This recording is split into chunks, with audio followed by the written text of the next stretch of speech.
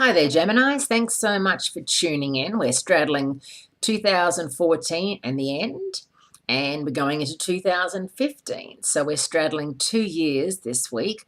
I'm Astrogirl, and I'm here to tell you that it's very much a smooth ride for the end of the year, and very much a time when peace is it definitely going to be something that you will feel is around you. The year ends as it began, and that's with Jupiter retrograde, but the other 9 planets are moving direct, which is unusual, and it's a very good thing to go into 2015 with. As we say our farewells, remember that with Jupiter out of phase in your communication zone, you may not be feeling as if people are understanding you as much as they were before, or you may feel a bit distant from siblings, or maybe you and your neighbor had a silly argument, and this is the perfect time to fix all of that, because no one has a way out of being involved in holiday celebrations and festivities that go on as we roar towards the end of 2014.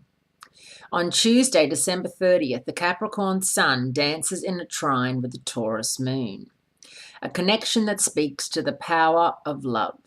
If planets could talk, they might be saying something like this: we look forward to the time when the power of love will replace the love of power. Then will our world know the blessings of peace.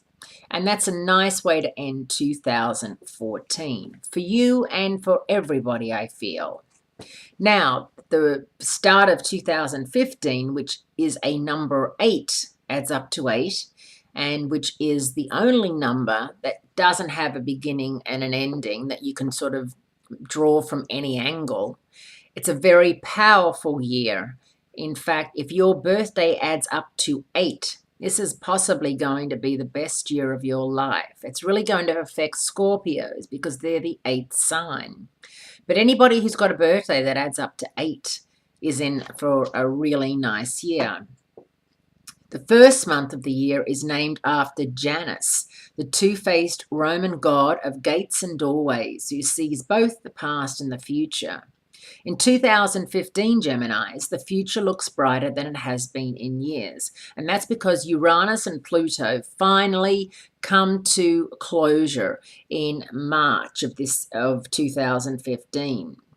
And so it's going to be a less hectic time and a less volatile time. I think that goes for across the board, where there's been a lot of political unrest in 2014. The economy, the Australian dollar has dropped considerably.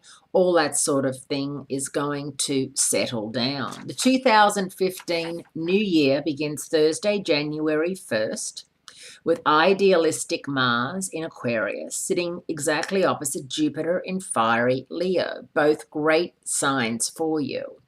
Although this opposition is a carryover from last year, it's also a promise of the renewal that's in the works.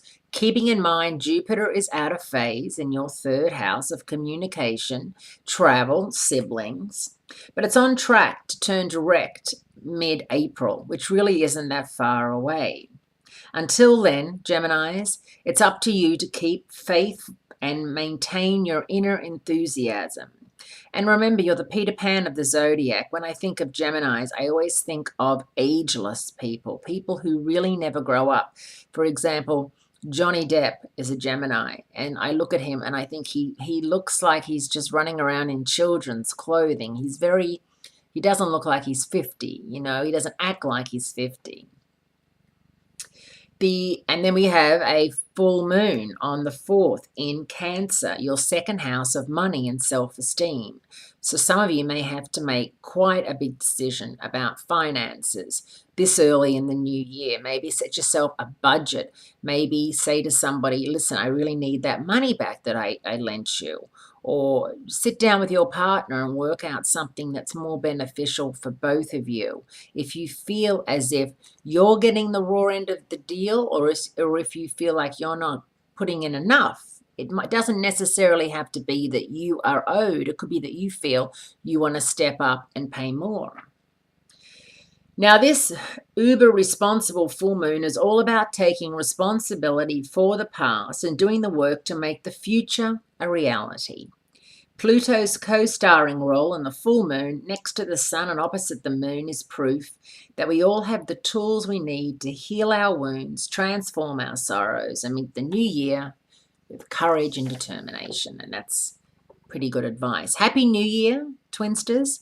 Great speaking to you. Make sure you check out all my 2015 features, and I'll speak to you again next week.